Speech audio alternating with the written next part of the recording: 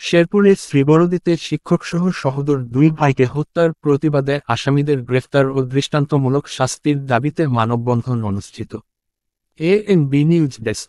শেরপুরের শ্রীবরদীতে মসজিদের চাঁদা নিয়ে শিক্ষকসহ সহোদর দুই ভাইকে নৃশংসভাবে হত্যার প্রতিবাদে আসামিদের গ্রেফতার ও দৃষ্টান্তমূলক শাস্তির দাবিতে মানববন্ধন অনুষ্ঠিত হয়েছে।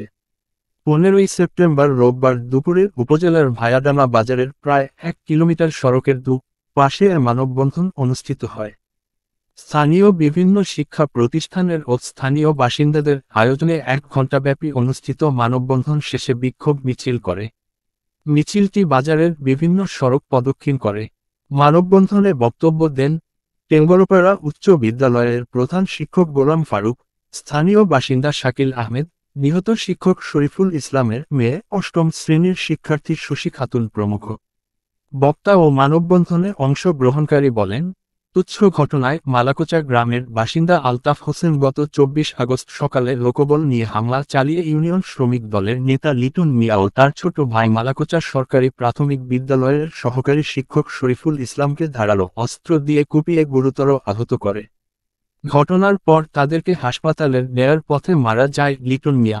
ঘটনার 15 দিন পর চিকিৎসাধীন অবস্থায় ঢাকা মেডিকেল কলেজ হাসপাতালের মারা যায় শিক্ষক শরীফুল ইসলাম।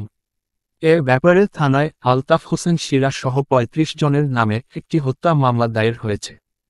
আসামিরা গ্রেফতার না হওয়ায় নিহতের স্বজন, স্থানীয় বাসিন্দা, শিক্ষক ও শিক্ষার্থীরা মানববন্ধন করে গ্রেফতার ও দৃষ্টান্তমূলক শাস্তির দাবি জানান।